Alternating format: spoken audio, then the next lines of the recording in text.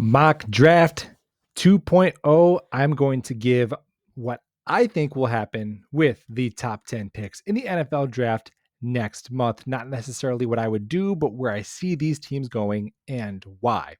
A lot of shakeups post combine. Number one, I think Ike Ekwonu has separated himself from Evan Neal as the best tackle in this class. Freak show at the combine, measured out okay, 6'4" and change, 84-inch arms, 6'4", 310, wears it well. Dude looks good getting off the bus. Smooth feet, nasty mentality. I think he's the pick at number one for the Jacksonville Jaguars. Tackle, North Carolina State. He's the pick. Next up, Detroit Lions.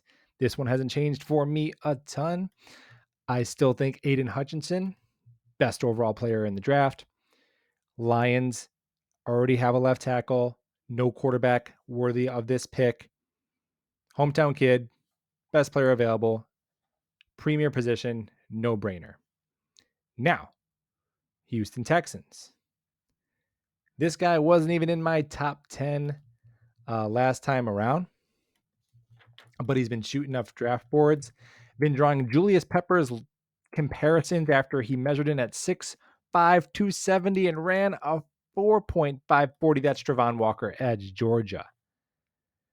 With Kayvon Thibodeau's character questions, whether they're legitimate or not, they do matter. Travon Walker has found himself a top 5 pick in the NFL. Congratulations, young man.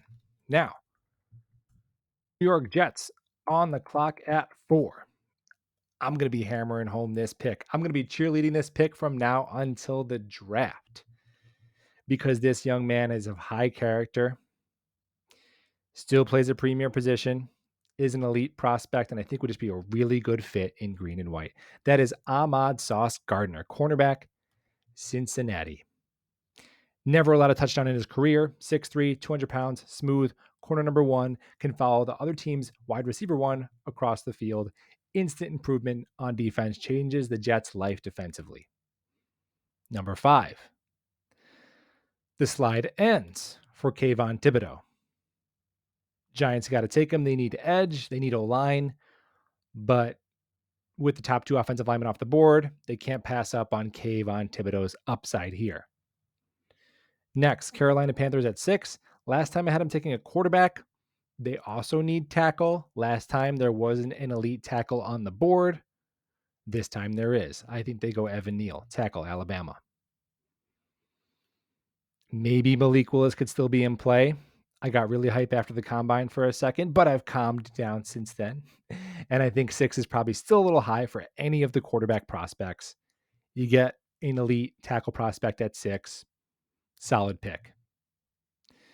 Giants are back on the board. They addressed the defensive front. Now they need to address the offensive trenches.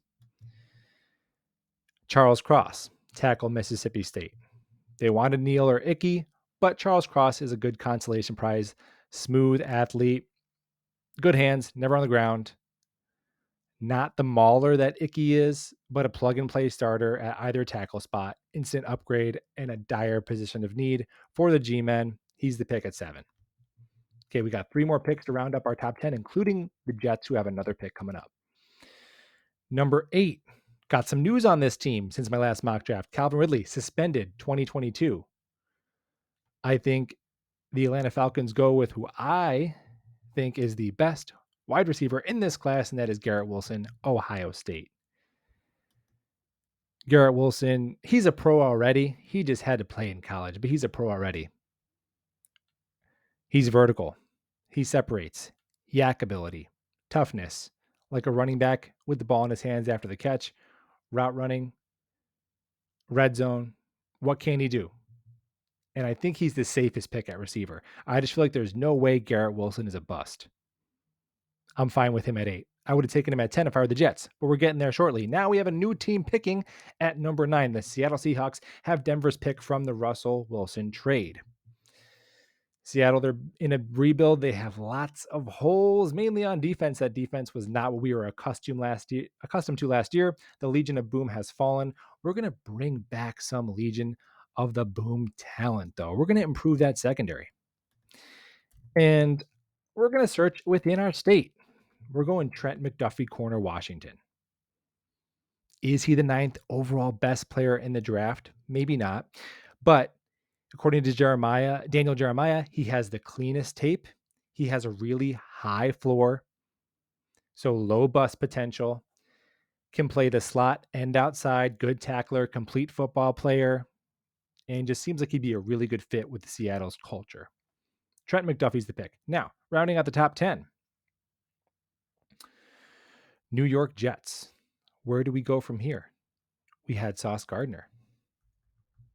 Use some receiver help. Is there an offensive lineman that is worthy of this spot? I think in this position, a trade down is probably what I would do. But given the fact that we're here, I'm going to take George Karlaftis. I know it's not a popular pick from a lot of Jets fans, but I think like McDuffie, maybe not the 10th overall pick in the draft, but a guy with a really high floor who you know is going to come in and be an effective pass rusher. Not going to be a guy who's chasing down Michael Strahan for the sack record, but I think he can come in, be a guy who consistently gives you 8 to 10 sacks, is solid against the run, gets his hands on a lot of passes, and you can rely on him. And we could use a guy like that. We didn't have a guy you can count on to get 8, 10 sacks on the roster last year. That's an improvement. All right, that rounds out my top 10. Let me know in the comments below which picks did I nail, where did I whiff, and what would you have done instead? Thank you for watching, and go New York Jets.